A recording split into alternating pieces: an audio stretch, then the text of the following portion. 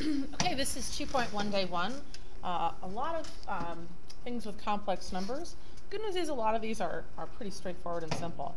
Let's start with adding and subtracting.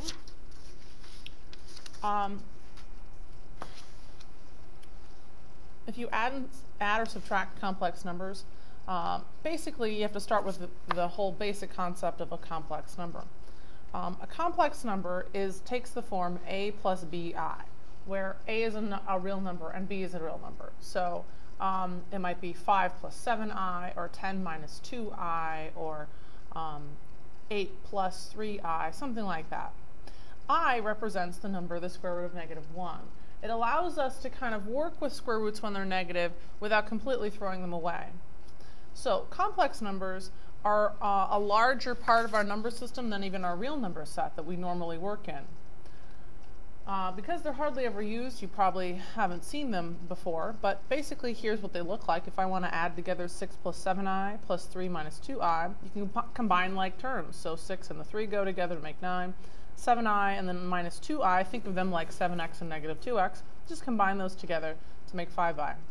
When you subtract, don't forget to include the negative sign in the parentheses on the second part so that you can distribute the negative sign through so as to correctly have the right sign in these last two terms. This is -5 and plus I because it's plus positive.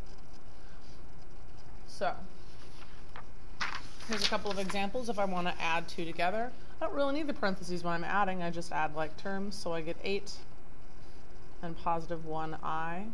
And you don't really need the 1. 8 plus I. They do have to be in that order. The I term has to come second and the regular constant has to come first. Now remember, when you're subtracting, you need to distribute through the second set of terms. So that would be -12 plus I. So adding like terms gives me -10 plus 7i.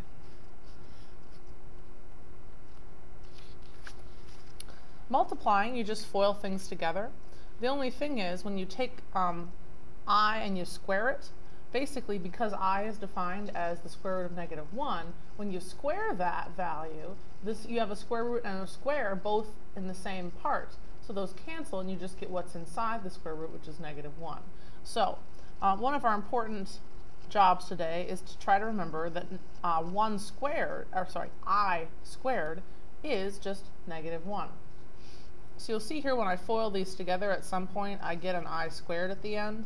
We simply have to quickly replace that with -1 because that's simpler than I squared. And it helps us create part of our complex number. Multiplying, again, is very similar to what you've always done with x terms. It's just that here we have an I type of term. So if I just use the distributive property to multiply through here, I get 14i minus 63i squared. Remember, I squared is just -1.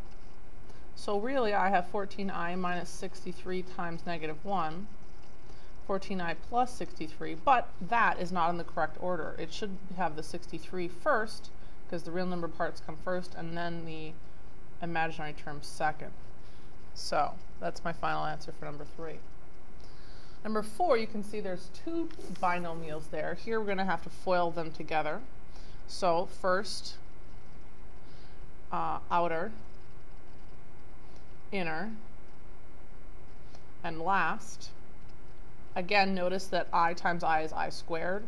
I squared, we're going to quickly replace that with -1.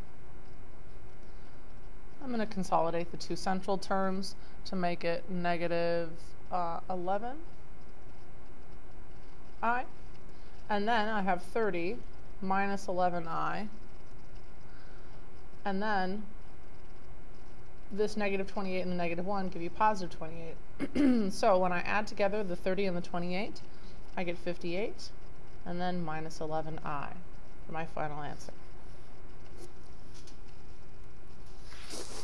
All right, now it gets a little trickier now when we're dealing with complex numbers to simplify fractions.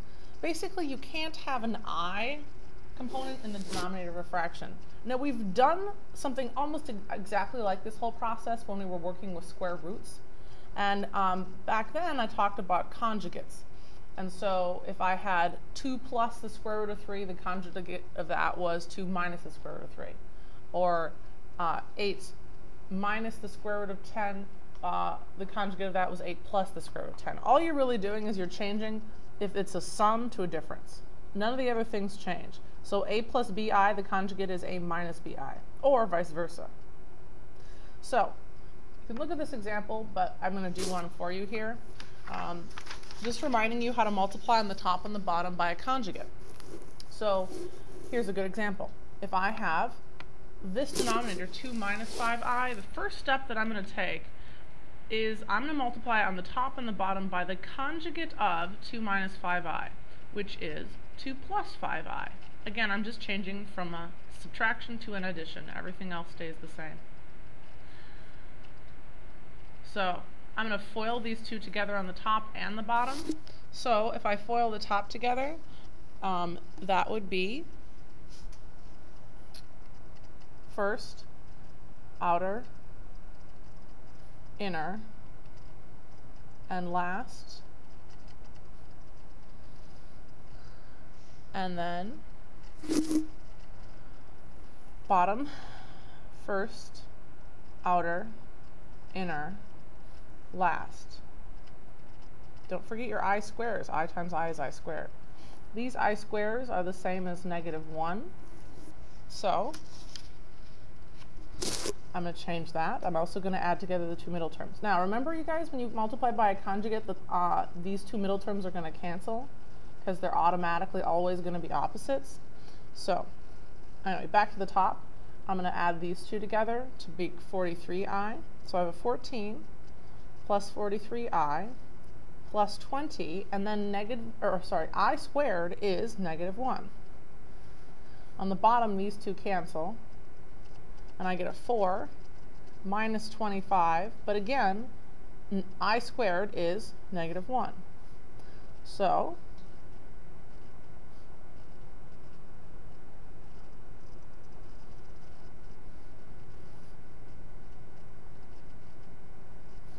on the bottom, I have the number 29, and on the top, I have -6 plus 43i. Now, this cannot be left as our final answer. The reason for that is that complex numbers have to be in two parts. There has to be an a part and then a bi part, and they have to be separate. So we've practiced this skill a lot so far this year, taking a fraction where you have a sum or a difference in the numerator and then only one term in the denominator. So hopefully you guys remember how to do this. We take and we separate this into two separate fractions, and those fractions would be -6 over 29 plus 43i over 29. Now, neither one of these fractions can simplify any further. If they could simplify, we might reduce them or divide them. Notice I put the I on the side. That's usually how it's done. A number and then times I. And they're in the correct order.